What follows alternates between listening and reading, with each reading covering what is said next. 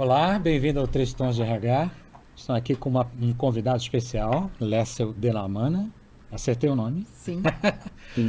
A presença também do Eduardo Saiga e a Valéria. Oi. E a gente está aqui para conversar. Eu vou falar um pouquinho do seu currículo, mas queria depois que você se apresentasse, falasse um pouco da sua história. E a gente vai focar. A Lécio, ela é diretora das ZRG Partners, e tem 16 anos de experiência, como Executive Search, é psicóloga, mas com pós-graduação em psicoterapia e psicanalista, e tem experiência em avaliação executiva, desenvolvimento de lideranças e planejamento de sucessão. E a gente vai falar um pouquinho exatamente desse tema, hunting, executivos, como captar, como atrair as pessoas mais adequadas para as corporações. E aqui, por favor, Lécio, você apresenta um pouquinho e a gente vai desenvolvendo a conversa a partir daí. Perfeito. Obrigada, gente. Prazer estar aqui com vocês. É muito gostoso esse convite. Bom, enfim, acho que complementando, o que você falou, minha formação é de psicóloga. Eu tive consultório durante um tempo e ninguém escolhe ser headhunter, fazer executive search. A gente meio que cai de paraquedas e foi assim comigo também. Eu quis explorar outros lados e eu precisava ganhar dinheiro. Então, o consultório ele é difícil, no início. E aí acabei, enfim, indo parar numa empresa que foi a minha escola, foi a FESA, e fiquei lá 5 anos e já em mercado financeiro. Então, tudo que eu aprendi, eu nunca fui do mercado, mas tudo que eu aprendi foi on the job, fazendo mesmo. E quando eu tinha dúvida, perguntava para o candidato me explicava, eu ia atrás, ia estudar. E assim foi que eu aprendi desse mercado e me apaixonei, não saí mais e faz quase 17 anos já. Porque é uma característica, Eu estava aqui ouvindo você e pensando, eu já vi vários executivos se tornarem headhunters. Headhunters, se voltar para outras funções numa organização, tem pouquíssimo, eu até sei uma pessoa, mas é uma de tantas que eu conheço. Porque realmente deve ser muito bom, O que acontece no começo de carreira, que a pessoa não se identifica tanto, e aí a pessoa vai ser RH, vai fazer outras coisas. Mas uma vez que ela já está há muitos anos, é difícil mesmo. Normalmente a gente fica, Passou de 8 anos, eu nunca vi. Eu vi assim tem até... um número mágico. 5, porque é curioso, 5, 6, passou ali de 6, não volta mais. Porque o mercado onde essa pessoa trabalhava já é outro. E ela já não tem mais aderência. E a nossa profissão, ela, todo dia é um dia novo. E aí você acaba mudando muitas vezes a tua bússola interna, E também é uma coisa de longo prazo e de relacionamentos. Então você vai, quando você percebe que você está colhendo aqueles relacionamentos que você ficou 2, 3, 5, 7 anos, assim, plantando. E aí você fala, agora as coisas estão acontecendo, agora de fato estou virando referência nesse mercado. Então aí você não quer sair mais, porque é muito interessante. É um aprendizado assim, diário. Você acaba conhecendo muitos negócios, muitas pessoas, Muita gente. E tem um certo poder, não tem?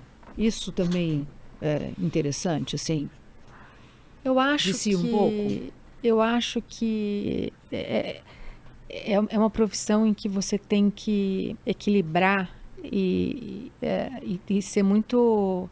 Tem que estar muito claro para você onde é que está seu ego nisso, porque eu acho que é uma profissão onde é muito fácil o ego vir na frente e até te atrapalhar, porque te cega e você acha que você tem mais, você sabe mais que os outros, você tem mais entrada em algumas coisas, então você é a pessoa que tem aquele mercado e é o melhor headhunter. Então, eu acho que tem muito ego nessa profissão. Eu acho que eu, como mulher, tem a questão acho que nunca me deixou tanto... eu nunca cheguei nesse ponto, porque sempre tem a questão da mulher, né? Mas veja, sou boa o suficiente, Sempre tem essas questões. Então, acho que equilibra muito. Autocrítica, Autocrítica muito forte. e eu acho que é uma coisa que eu sempre tive muita noção. Então, eu sempre prestei muita atenção nisso, assim, porque eu acho que isso é muito efêmero, né? Então, e aquela coisa, agora você é o headhunter do momento, e depois você não é mais. Então, isso para mim sempre me incomodou de perceber nos outros. Sim.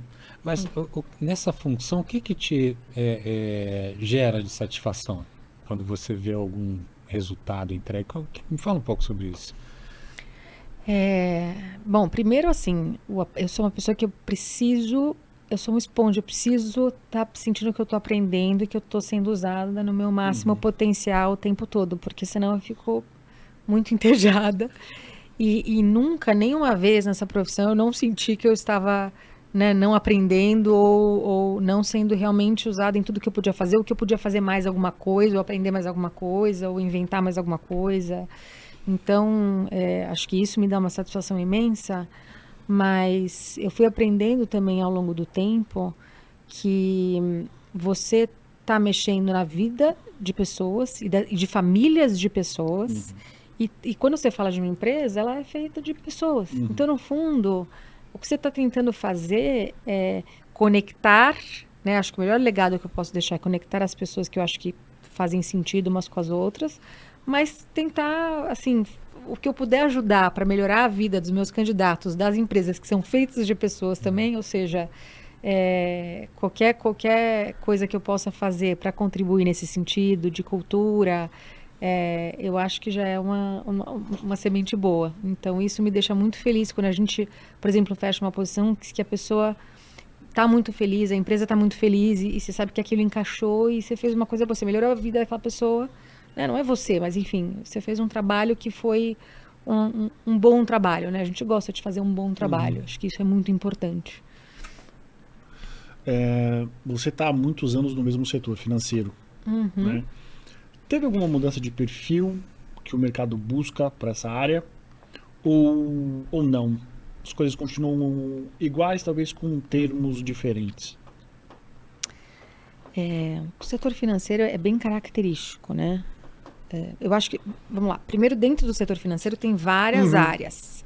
Então isso já separa, por exemplo, se você me perguntar de seguros, eu acho que é um mercado super conservador, que segue conservador. Sim. E que tem uma tentativa agora, porque tem que se reinventar, de trazer mais gente de dados, de trazer gente que não são em áreas core, por exemplo, né? Que vai uma área que não tem como você atuarial, que você tem que trazer um cara técnico, trazer gente de outros mercados. Teve uma época que trouxe muita gente de telecom, para tentar abrir um pouco isso, mas ainda assim é um mercado que tem uma troca das cadeiras grandes, porque é um mercado conservador. Quando você vai para outros dentro de financial services, então assim, bancos, acho que tem muita troca também entre banco e seguros, mas quando você vai para fundos, etc., busca-se, acho que isso também foi uma coisa que me chamou muito a atenção nesse mercado, que eu gosto, porque assim, tem uma velocidade própria. Então, sempre se busca pessoas que são rápidas de pensamento, sagazes, que conseguem entregar as coisas muito rápido e conseguem equilibrar bem a estratégia com a execução, né? E eu acho que, assim, continua se buscando isso. Eu só acho que hoje tem menos gente interessada, né, em mercado financeiro, talvez por essa questão da geração e de qualidade de vida, etc. e tal, porque sempre foi né, um setor que exige muito das pessoas, e muito trabalho, muita atenção.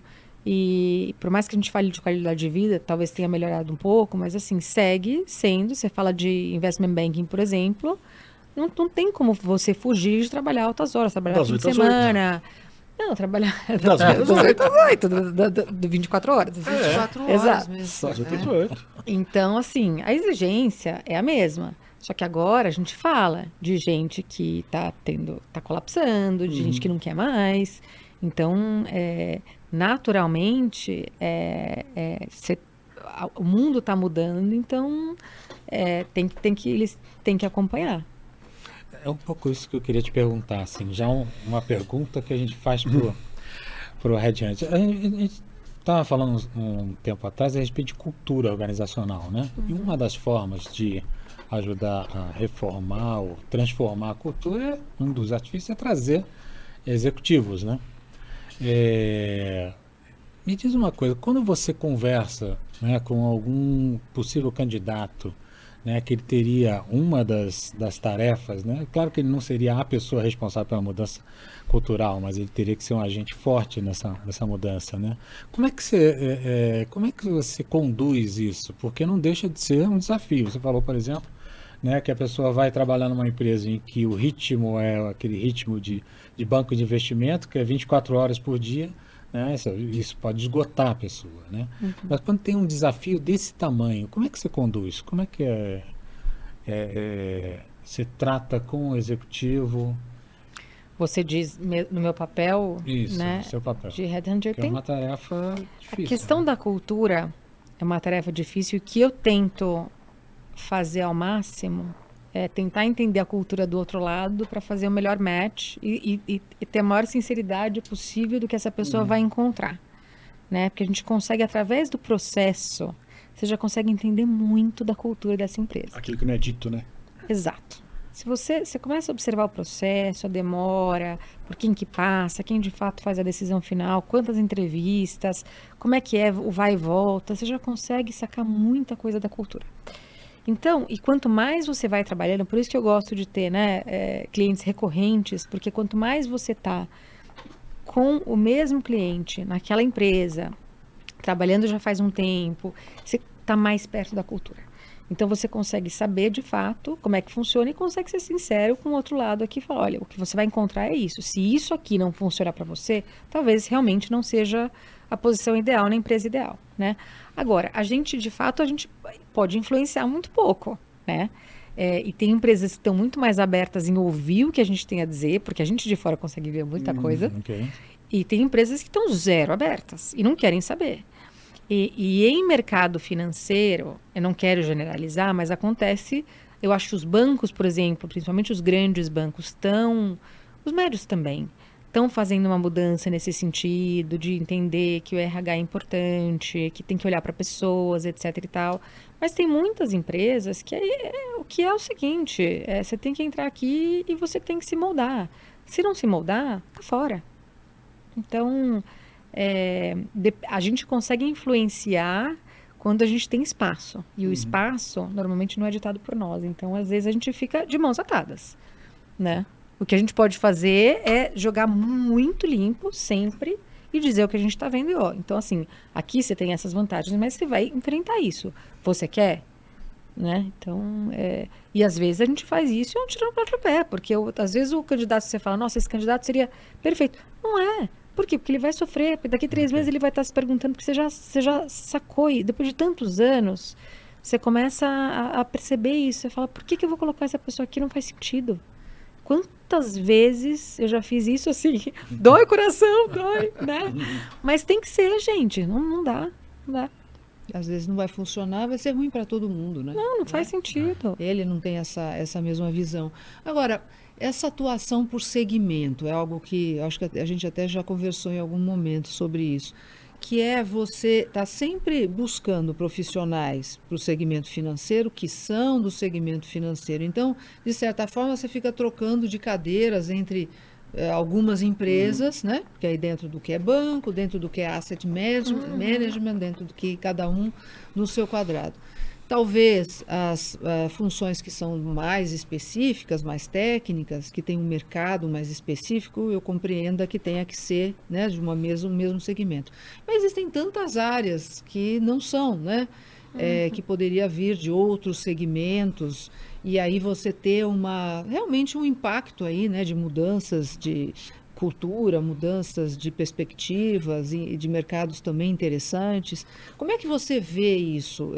Continua sendo sempre aí a demanda para ficar no mesmo segmento? Só vai entender de banco quem trabalhou em banco? Só entende seguradora quem trabalhou em seguradora? Ou a gente começa a ter um pouco mais de abertura para isso? E o Headhunter, ele busca também trazer essa diversidade? Vou começar agora pelo final. Acho que o Headhunter tem que sempre pensar, ajudar o cliente, que a gente oferece, quem vai decidir é o cliente. A gente oferece o que a gente entende que são as melhores opções para ele fazer a melhor decisão. Eu acho que um dos nossos papéis, não sei se vai, né, concordar comigo, Já mas concordo, já sei, já concordo. é isso. pensar fora da caixa É e isso. trazer soluções. De novo, às vezes você tem clientes mais abertos, às vezes você tem menos abertos. Eu sempre tento trazer dentro do que a gente fala, né? Long list, short list, daquele grupo de candidatos, algo para a gente pensar diferente. Porque às vezes a pessoa não pensou e fala, nossa, verdade, isso pode funcionar aqui. Vamos experimentar. Às vezes ela entrevista e gosta, e às vezes não faz sentido nenhum. Mas ela se abriu, pelo menos, a experimentar. Em áreas como recursos humanos, legal, eu acho que até, às vezes, CFO, a gente vê mudanças de setores, acontece, né? E mesmo, assim, óbvio, né? Acho que tem exceções. A gente vê até posições óbvias que você deveria buscar no mesmo mercado, que a pessoa, às vezes, se abre, né? A área, às vezes, se abre para receber pessoas de outros mercados. Às vezes, não funciona, porque tem mercados que são muito específicos e tem as suas malícias, mas às vezes funciona.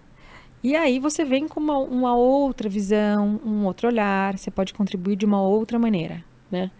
Então eu acho que é sempre muito positivo, acho que não dá para ser... Você acha que é uma tendência mais para uma abertura ou ainda a manutenção do Eu status acho quo? que, você sabe que eu acho que vai oscilando? É? Eu acho que vai oscilando, eu acho que abre... Aí fecha de novo. Acho que sempre tem os que são mais abertos, os que são menos. Mas necessariamente, eu acho que tem que abrir, porque as pessoas as empresas estão buscando... o mundo está diferente, começa daí. As empresas estão buscando o diferente. Então, por exemplo, eu acabei de fazer uma posição de MD para um banco de investimento que não queria alguém que viesse de banco de investimento que cobrisse aquele setor. Queria que viesse do setor, do outro lado da mesa. Então, e foi Já é difícil, diferente. porque não é óbvio a não pessoa, é óbvio. depois de um certo momento na carreira, ir para banco. Então, esse, por exemplo, foi um processo difícil, não óbvio, mas que está funcionando muito bem. E deu um outro olhar. Então, sim, eu acho que existe, aos poucos, uma abertura, sim. Você está no mercado um pouco mais tempo do que eu. Você já deve ter ouvido a frase: Headhunter vai deixar de existir em algum dia. Tinha gente que colocava, daqui a 10 anos não vai ter mais. Estamos aqui firmes e fortes. O que você viu mudar ao longo do tempo na nossa profissão? Tecnologias, abordagem. Eu consigo particularmente identificar algumas coisas, mas o que você viu que mudou quando você começou até hoje? Eu acho que no começo, lá quando tinham as multinacionais, o Headhunter era aquela figura, né? Então, o semideus, eu chamo que era o O semideus. Então ele Chegava detinha voando. toda a informação, todo o poder. As pessoas queriam, que é um pouco do que você falou, né? Do poder. As pessoas queriam falar com ele. Então a pessoa, as mulheres de tailleur, os homens de terno com lencinho, era aquela coisa, e tudo muito chique, e só ia para... tinha aquela coisa, nossa, mas só toma cafezinho e almoça nos lugares mais maravilhosos. Então tinha um pouco dessa visão, tinha um pouco isso também. E tinha uma detenção de informação, porque como a gente não tinha tanta tecnologia, as empresas detinham as informações dos candidatos, inclusive de remuneração. Então, que hoje continua detendo, mas hoje muita informação é pública. Naquela época, não. Era um quiproquo, você conseguia achar o candidato, chegar no candidato, você tinha que fazer hunting nas empresas, então até não era uma prática muito telefonemas, né? ortodoxa. Você chegou a ligar na mesa?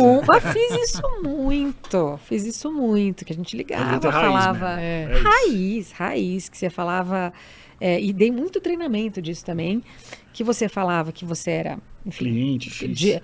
uma empresa de eventos, e precisava do nome das pessoas, e precisava do nome porque era um cartão magnético que só ia passar com o nome, então não adiantava falar que eram tantas pessoas na área, até você chegar, Teve pesquisadora que trabalhou comigo que falou, olha, me desculpa, eu não minto, eu sou evangélica, então tô fora. Teve de tudo que eu já encontrei na minha vida, porque era de fato uma mentirinha, né? Pra gente chegar no nome das pessoas. E daí, quando a gente chegava nos nomes, a gente tinha que descobrir, muitas vezes, o telefone, a gente chegava no telefone da mesa, então tinha que chegar naquela pessoa, e aí a pessoa não podia falar, daí, enfim, já tinha celular naquela época, daí a pessoa... Mas pra você chegar no celular da pessoa, não tinha LinkedIn. Quando chegou o LinkedIn, aí falaram, pronto, agora acabou, agora vocês estão fritos, agora não vai precisar mais de vocês. E, na verdade, o LinkedIn foi uma super ferramenta, porque só ficou mais fácil da gente achar as pessoas. Hoje, eu falo para o pessoal da pesquisa hoje, vocês não sabem o que era, né? Era classificado eu não peguei, mas eu peguei a parte do hunting. Hoje é muito mais fácil, gente, tá lá, é só desktop work, sabe? Então, facilitou nossa vida. Óbvio que tem gente que recruta pelo LinkedIn, mas eu acho que quando a gente está falando de recrutamento de executivos, a gente está falando de algo muito pontual e pessoal. E aí você tem que chegar num ponto que você é realmente advisor, que você deve ter ouvido muito também essa palavra, mas é advisor, porque você está num ponto da estratégia que você está ajudando a empresa e o candidato. E nenhuma máquina, nenhuma tecnologia pode fazer isso pela gente, pode conversar, pode entender o momento do candidato, né? Pode concatenar as ideias. Concatenar as ideias, negociar, putz, mas eu entendo isso, mas então eu vou voltar aqui com o cliente, ver se de repente é isso, quer dizer, é um trabalho de humano, gente, até agora, pelo menos, né? Então... Deixa eu fazer uma pergunta, assim, existem algumas convenções, né, que talvez tenham caído agora, né? Antes, tempo de casa, a pessoa tinha que ter uma certa experiência, né? Formação, o cara é economista, ele pode trabalhar em banco, se não não pode trabalhar em banco. Essas coisas caíram, realmente caíram. Como é que você vê isso? Esses dois pontos. Para algumas empresas e clientes, sim, para outros, não. E é muito interessante, porque hoje eu tenho clientes que não olham onde a pessoa se formou, que faculdade ou qual faculdade fez, isso é irrelevante. Mas, para alguns, principalmente, por exemplo, quando a gente fala de fundo de private equity, os mais tradicionais, mas eu só contrato gente que fez essa faculdade, que fez essa formação, fez esse MBA. Então, ainda a gente encontra isso? Sim. Antigamente eu acho que era muito mais. Eu acho que isso está mudando, né? Porque as pessoas vão muito mais por experiência e skill do que de fato por formação, principalmente formação, né, faculdade. E aquele que pula de galho em galho, usando aquela desculpa, fit cultural, né? Não me adaptei. Como é que você vê isso? Olha, de novo, eu acho que é uma questão de percepção e com quem você está falando. Eu tenho clientes que falam, já olham o currículo e falam, não quero, pulou demais, não quero. Agora, se a gente está falando de fintech, de startup, é outra cabeça. Também já tive cliente em fintech que falou, isso não me interessa.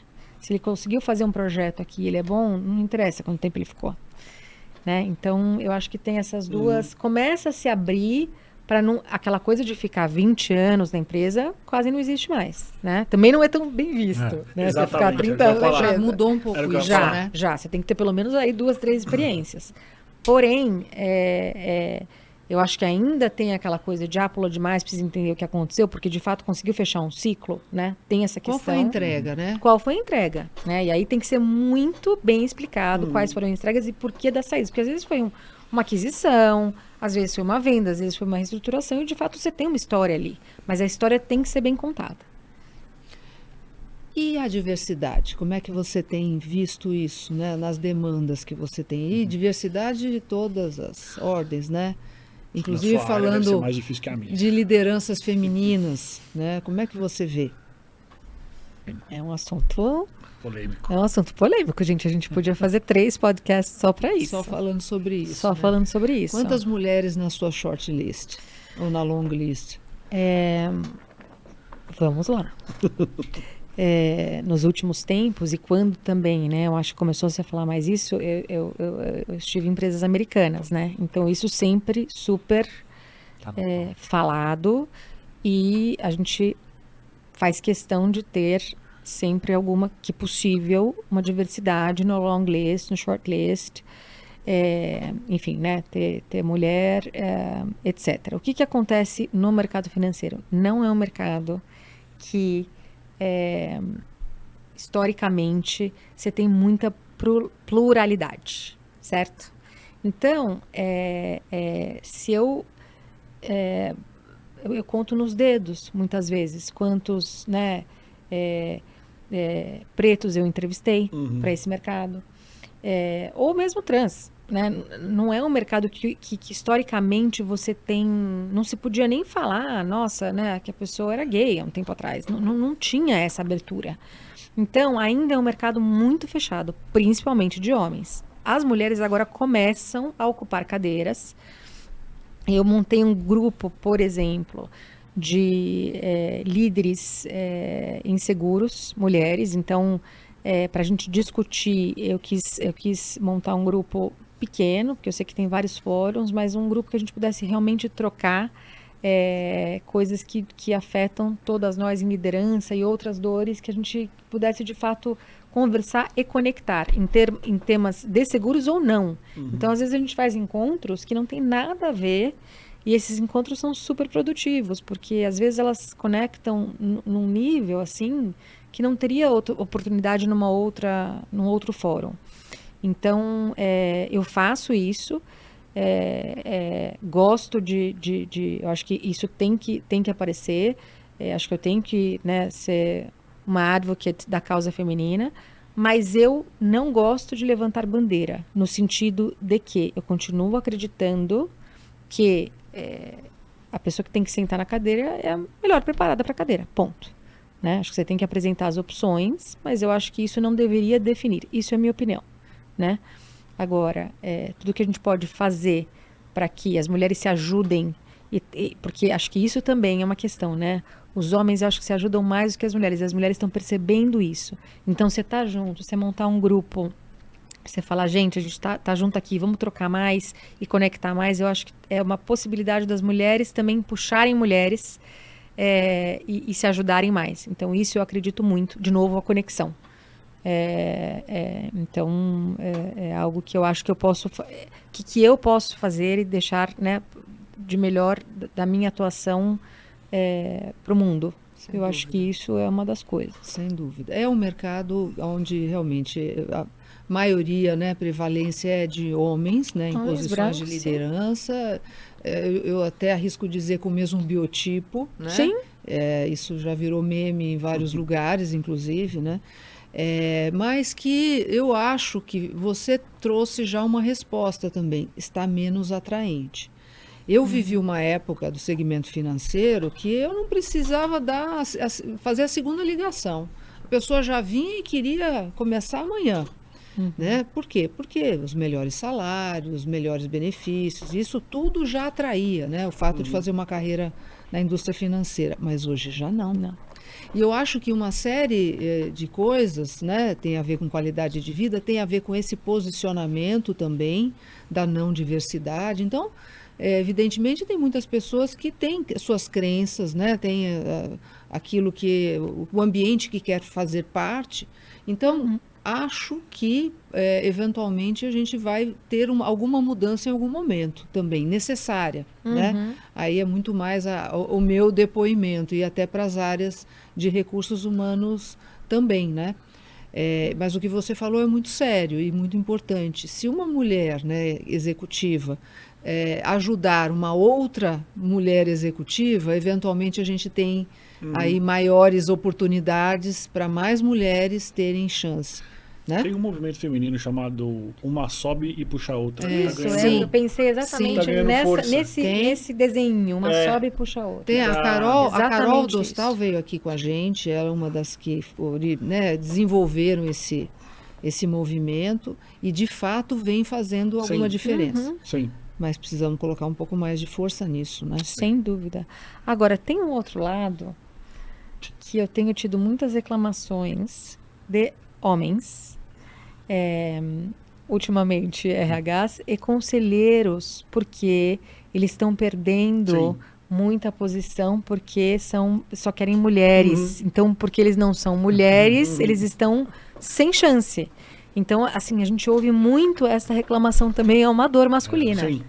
Né? Acho que você pode talvez falar mais sobre isso. Se a gente for estereotipar os conselhos, o lugar para as mulheres geralmente são RH e algumas para a área jurídica. Então, querendo ou não, acabam sendo ali quase que cadeiras exclusivamente para mulheres, né? E o resto é tudo homem. Então, muitas empresas, numa tentativa de mesclar e tentar equilibrar as coisas, acabam só escolhendo conselheiras dentro dessas duas áreas. Como a minha área de experiência é recursos humanos, as reclamações é justamente os homens. Poxa, Edu, me considero. Eu falo, meu cliente não deseja. Ok, é isso. E É aí, a nossa vez, tá? Desculpa. E aí é o que eu falo. Vocês, homens, têm razão. E isso é um pouco velado. Cara, mas é assim. Eu falo, desculpa, cara, é assim. E assim, querendo ou não, recursos humanos é uma área que predominantemente é de mulheres. Sim. Menos que 60%, 65% são só mulheres. Mas vamos lá, tem tantas mulheres interessantíssimas, né? Em todas as áreas. as áreas. A área financeira, Todas as áreas, todas as jurídica, nossa, marketing. Todas as áreas. Né? Eu acho que Grandes esse é economistas que nós temos, né? Eu acho que esse movimento que nós estamos acompanhando, eu acho que a gente provavelmente não vai ver o fim deles, porque tem uma longa jornada, mas já começou e começou de uma maneira que eu acho que consistente. Talvez não na potência que a gente queria e não na velocidade, mas começou e eu não vejo voltar para trás. Sim. Quando a gente fala em termos de mulheres. Sim, sem dúvida. Acho que não na velocidade, os conselhos ainda são predominantemente masculinos, não tenha dúvida. Ponto. A gente, inclusive, fez recentemente um estudo, e na pandemia, lá em 21, 22, tinha aumentado o número de conselheiras em empresas abertas, né, empresas listadas, e aí diminuiu, assim, ficou estável. Então, é isso, assim, não está naquela velocidade. Mas eu acho que, gente, é o pêndulo. É aquele movimento que tem que ter uma impulsionada para que as coisas depois voltem meio que, sabe? Para poder ter uma brecha, uma entrada, né? um equilíbrio para que as coisas cheguem depois, né, se igualem. E tem uma questão que eu acho que é muito pouco falada. A mulher se prepara mais que o homem. Sim. Se a gente eventualmente partir para processos seletivos onde a competência ela seja talvez melhor avaliada do que qualquer outra coisa, as mulheres vão ter mais chance. Até porque a nossa autocrítica, né, Lécia? Sim, sim. É enorme, né? E são características diferentes. Vai ter coisa que a mulher vai ser melhor. Sim. E tem coisa que o homem é melhor, ponto, gente. Somos diferentes, Sim. né? E tudo Sim. bem. E tem tanto espaço, né? Aí não precisa só ter um clube de né? Tem um clube de vários. Deixa eu te fazer uma pergunta. Assim, qual é o requisito que você falando especificamente de serviços financeiros, né? Um requisito mais exigido pelas organizações e que você percebe que existe uma certa dificuldade em encontrar nos candidatos?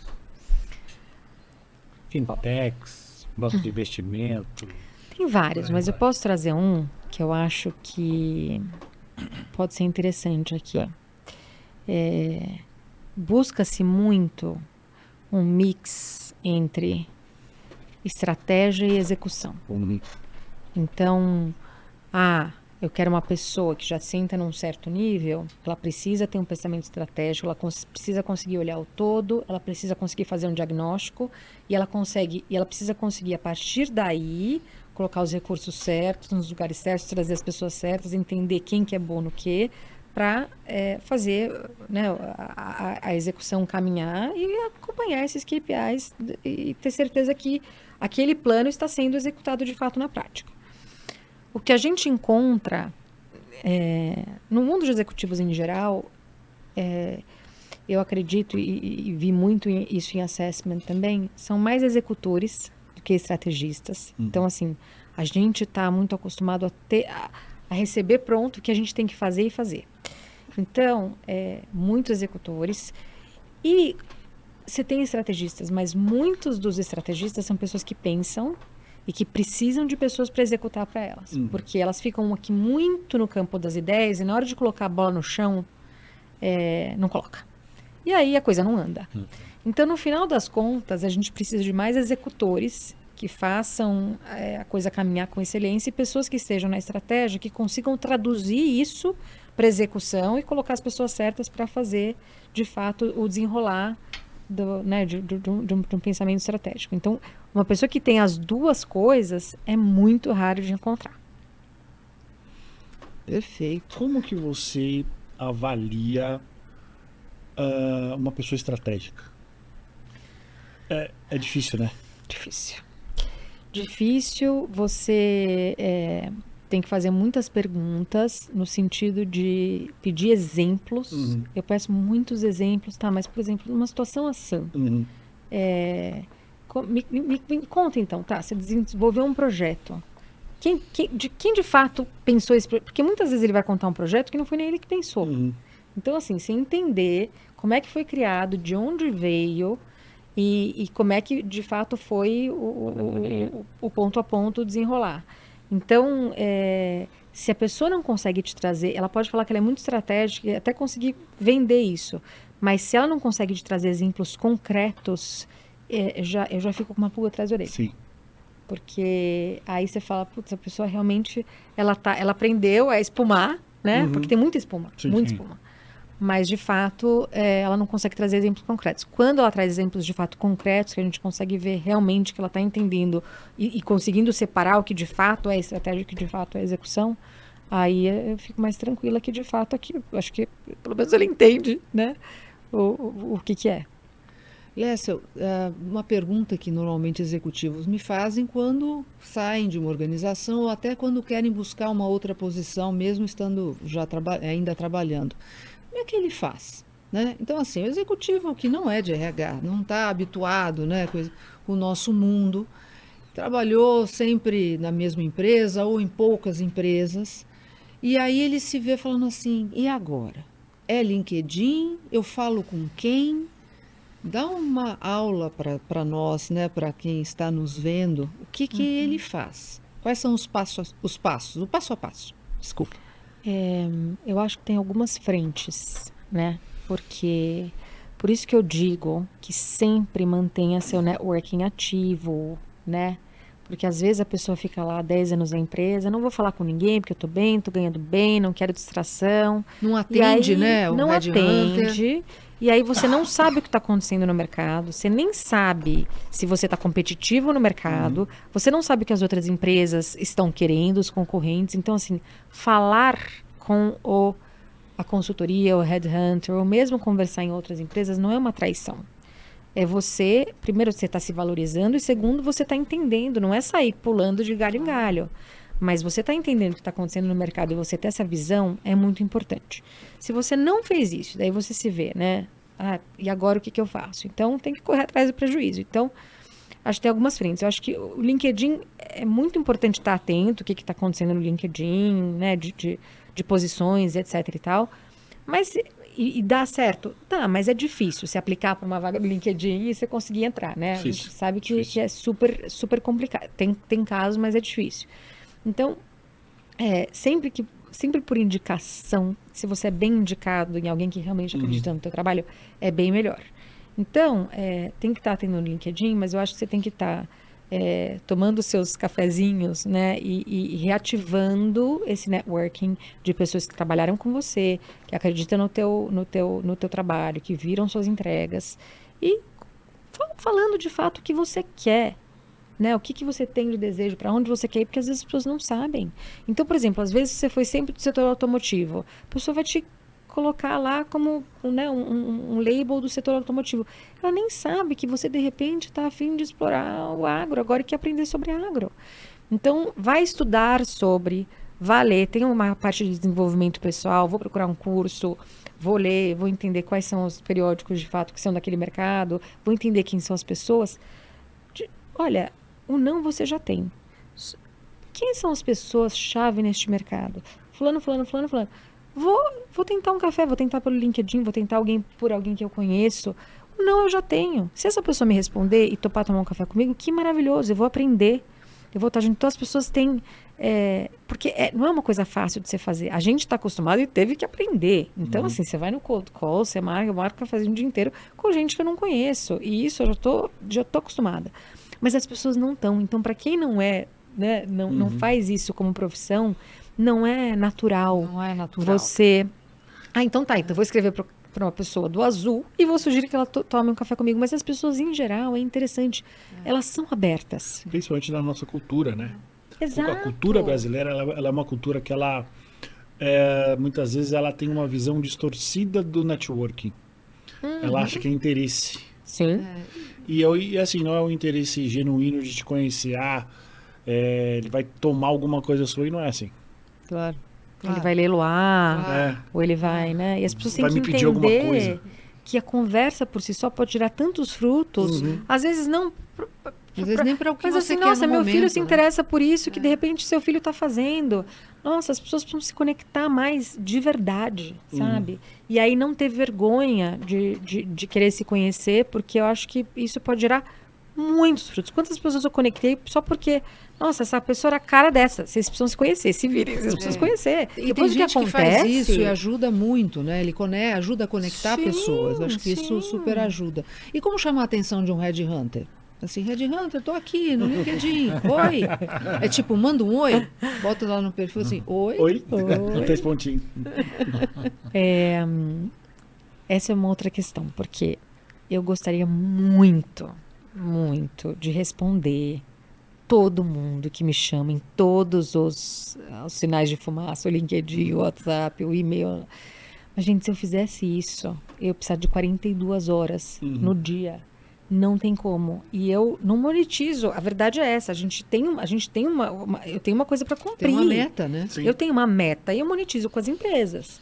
Então, é engraçado porque eu falo, às vezes eu brinco, eu falo, as pessoas devem achar que eu fico sentada, né, esperando para tomar Telefonemas. cafezinho, porque de fato é. Então, assim, eu adoro conversar, eu adoro encontrar executivos.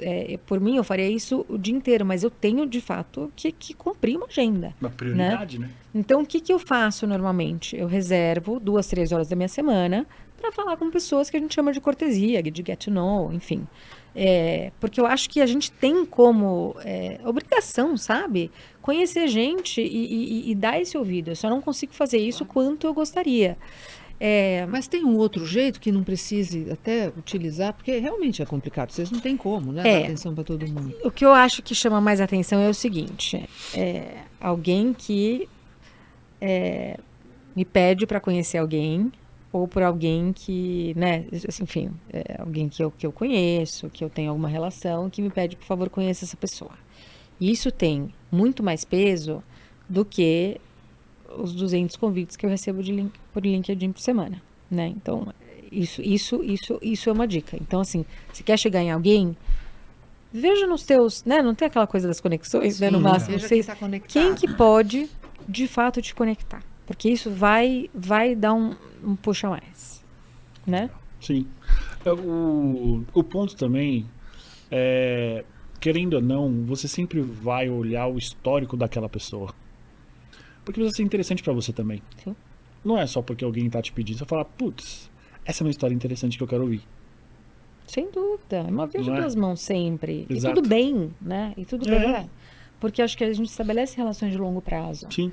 Então, quando eu abro uma relação, eu sempre falo, eu estou abrindo aqui um canal com você. Seja você uma cortesia, um candidato, alguém me apresentou, uma referência, um cliente. Um dia o meu cliente pode ser meu candidato, um dia meu candidato pode ser meu cliente, um dia minha referência pode me apresentar para alguém que pode me dar uma conta. Então, são relações iguais, né? No fim. Legal. Uma pergunta a respeito. A maioria dos bancos se transformou em banco digital, né? Então, acho que tecnologia é uma coisa que está presente praticamente como uma exigência corporativa de vários bancos, né? O que na tua opinião, tem exigido a mudança, né, desses candidatos que querem entrar em banco? O que eles têm que adicionar nessa questão? A questão digital, de tecnologia, você tem percebido? Nos bancos digitais? Bom, eu percebo que estão buscando, obviamente, muito perfil de dados, pessoa que entende de dados, de dele em todos os níveis, porque isso é uma coisa que já é necessário e vai ser cada vez mais, né? Então, de novo, aí tem uma busca pessoal e, obviamente, né, experiência, que você já começa a buscar quem quer, por exemplo, entrar e seguir nessa linha, de repente já buscar no começo de carreira. E eu acho que muito esse perfil para níveis, né, executivos, de fato, que eu falei, que a gente, por mais que você vai deixando de ser técnico e você vai virando líder, e você vai virando a pessoa mais, de fato, estratégica, né, que vai olhar o business como um todo. Então, as competências que você tem que ter é de liderança, no sentido de ser um líder inspiracional, que vai levar as pessoas e vai dar leverage para as pessoas, e também uma pessoa que consegue olhar o todo e dar, né, a estratégia para que outras pessoas possam executar e ir crescendo na organização. Então, acho que mesmo os digitais precisam dessas pessoas, porque os digitais trazem as pessoas, no fim das contas, dos incumbentes, né, para sentar nessas cadeiras. Então, tem que ter passado por isso, tem que ter história, tem que ter história. É muita mistura de gente jovem, que está muito mais antenada, eu acho, nessa questão de tecnologia do que o pessoal que está há muito tempo, mas tem que ter uma mistura boa, porque senão a coisa se quebra, se perde. Eu já vi várias startups que não tinham essas pessoas que são pessoas que trazem essa experiência e que não conseguem ir para frente. Porque essas pessoas têm vivência de liderança de pessoas, né? Que no fim somos pessoas, gente. Os problemas lá e cá acabam sendo os mesmos. Então, acho que um mix de pessoas mais jovens que trazem essa agilidade com o pessoal que tem essa vivência, acho que é um bom mix. Legal. Bom, gente, a gente vai terminando por aqui, né? Mas já? Obrigado, Lécio, pela tua participação. Acho que foi interessante, né, ter essa visão Muito a bom. respeito de mercado, né? Muito As bom. exigências, os detalhes todos, tá? Obrigado. E você que está assistindo nosso canal, se tiver alguma dúvida, escreva, né? Mande para a gente suas dúvidas, né? E participe das próximas. A gente está em todas as redes sociais, né? E até logo. Tchau.